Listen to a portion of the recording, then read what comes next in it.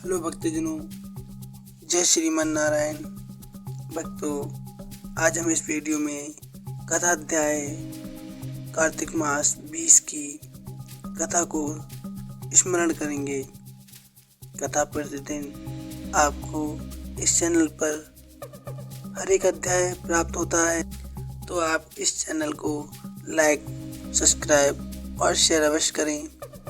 आइए भक्तजनों, शुरू करते हैं। जय श्रीमन नारायण। माँ शारदा की प्रेरणा, मैं स्वयं शाह, कार्तिक मास कथा अध्याय 20 में कहूँ मन हर्षाए। अब राजा पृथु ने देवऋषि नारद जी से पूछा, इसके बाद युद्ध में क्या हुआ तथा वह दैत्य जलंधर किस प्रकार मारा गया?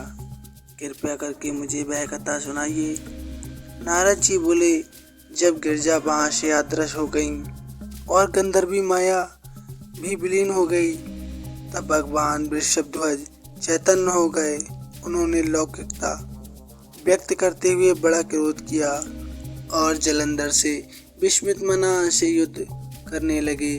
जलंधर शंकर के बाणों को काटने लगा, परंतु जब काट न सका तब वह मोहित करने के लिए माया की पार्वती का निर्माण कर अपने रथ पर बांध लिया। तब अपनी प्रिया पार्वती को इस प्रकार कष्ट में पड़ा देख लौकिक लीला दिखाते हुए शंकर जी व्याकुल हो गए। शंकर जी ने भयंकर रौद्र रूप धारण कर लिया। अब उनके रौद्र रूप से कोई दैत्य भी नहीं बच पा रहा था और उनके सामने नहीं टिक पा रहा था। अब किसी में सामर्थ्य ही नहीं बची थी जो शिव के सामने खड़े हो सके, और सब भागने छिपने लगे। यहाँ तक कि शुंभ निशुंभ भी समर्थवान होकर भी असमर्थ हो गए और शिव जी से डर कर छुपने लगे। शिव जी ने उन निशुंभ और शुंभ को शाप देकर बड़ा धिक्कारा और कहा, तुम दोनों ने मेरा बड़ा अपराध किया है। तुम युद्ध से भागते हो या नहीं? क्योंकि युद्ध से भागने वाले को मारना बहुत बड़ा पाप है। इससे मैं तुम्हें अब नहीं मारूंगा, परंतु गौरी तुमको अवश्य मारेगी। शिव जी के ऐसा कहने पर सागर पुत्र जलंधर क्रोध से अग्नि के समान प्रज्वलित हो उठा। उसने शिव जी पर घोर बाण बरसाकर धरती पर अंधकार कर दिया। तब उस दैत्य की ऐसी चेष्टा देखकर शंकर जी बड़े क्रोधित हुए।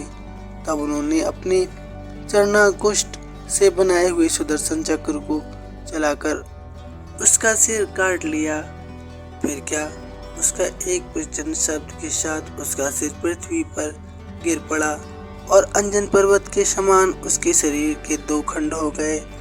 उसके हृदय से संग्राम भूमि व्याप्त हो गई।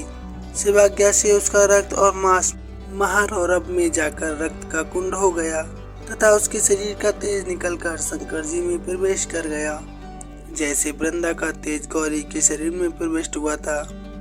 जलंधर को मरा देख देवता और सब गंधर्व प्रसन्न हो गए। वह शिव की जय जयकार करने लगे। तो भक्तजनों, आप भी प्रेम से बोलिए हर हर महादेव। प्लीज कमेंट में अवश्य लिखिए हर हर महादेव।